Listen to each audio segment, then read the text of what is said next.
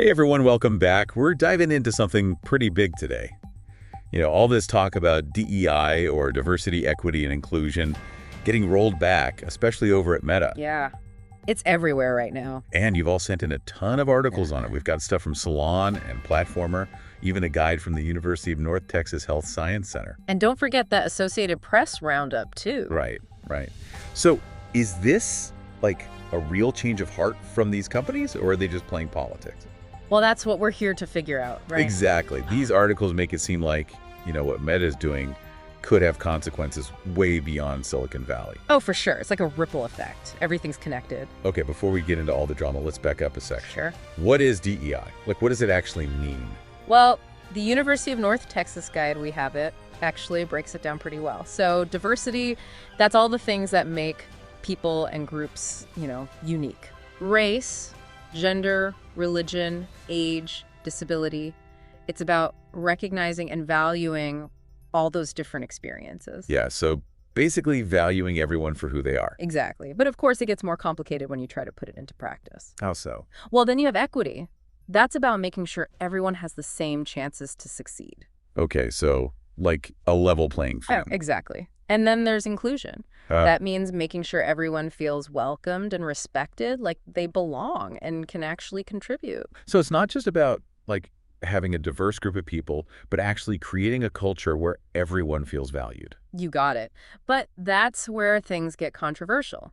See, some people think focusing on diversity leads to preferential treatment or reverse discrimination. Oh, I see. They think it undermines the whole idea of you get what you deserve based on your work, right? Right, like pure meritocracy no matter what your background is. Yeah, I can see how that sparks a debate.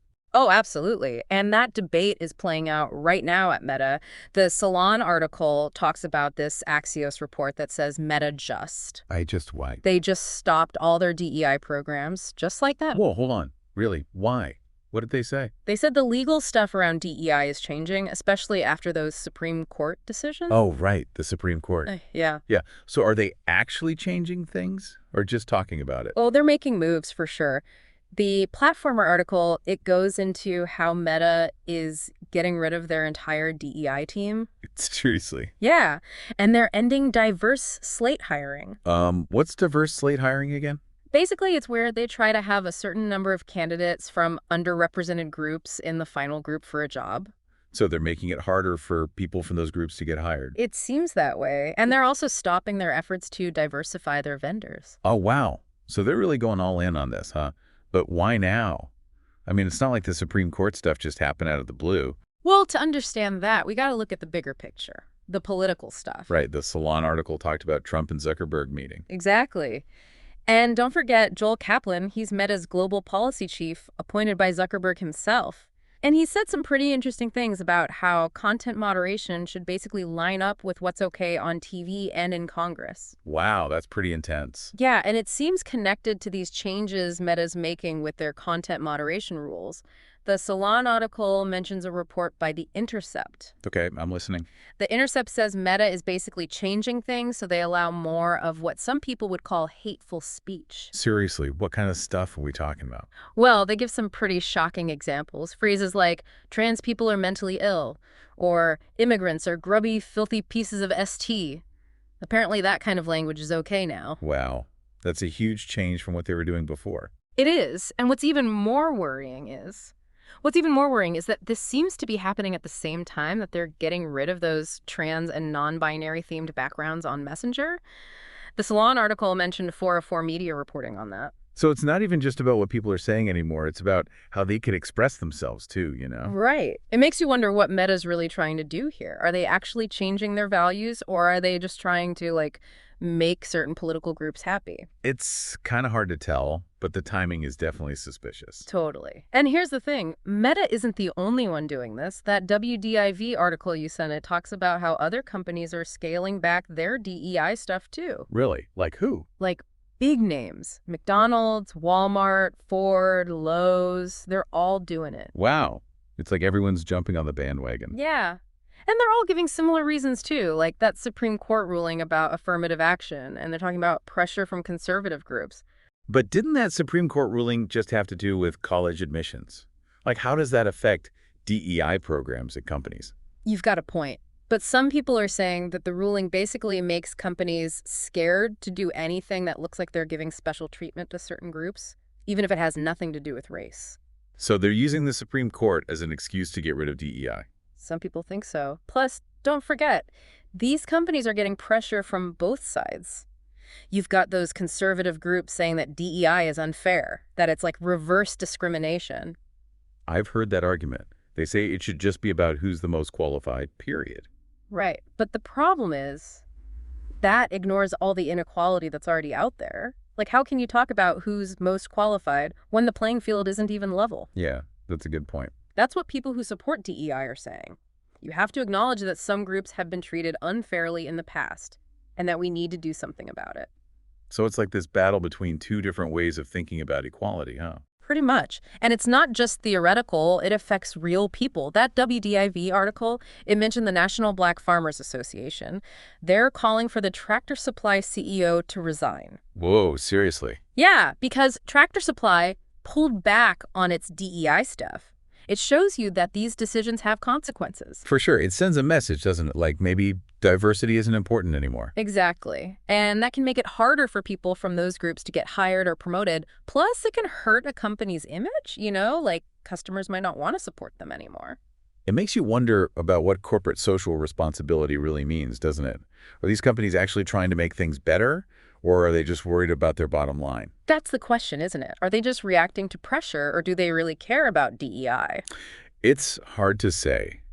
But it seems like a lot of companies are choosing the easy way out right now. It does seem that way, but is this just a temporary thing? Or is it a sign that things are changing for good? That's the big question. Is this the beginning of the end for DEI? It's tough to say for sure, but, the fight for equality has always been hard. There are always going to be setbacks. I guess so. But it's hard not to feel discouraged. I know. But there are also reasons to be hopeful. Like what? Give me some good news here. Okay, well, for something, there's more and more research showing that diversity is actually good for business. Really? Yeah. Studies show that diverse teams are more creative, better at solving problems. So it's not just the right thing to do, it's also smart. Exactly.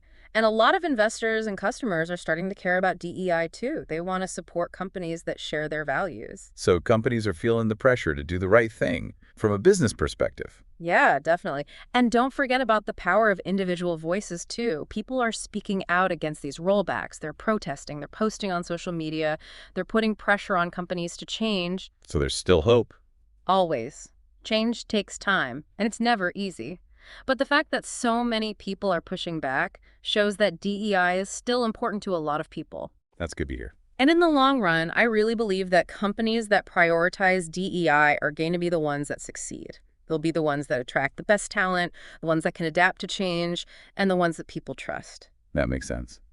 So what can we do, like as individuals, to support DEI and hold companies accountable? Lots of things. Support organizations that are working on DEI, choose to buy from companies that are doing it right, speak out against discrimination when you see it. And educate ourselves and others, right? Absolutely. And don't forget to vote. Support leaders who care about DEI.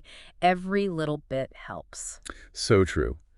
Our choices really do matter. It really feels like what Meta's doing, it could impact so many other companies. Oh, absolutely. They're kind of a trendsetter, right? What they do, other companies might follow. Exactly.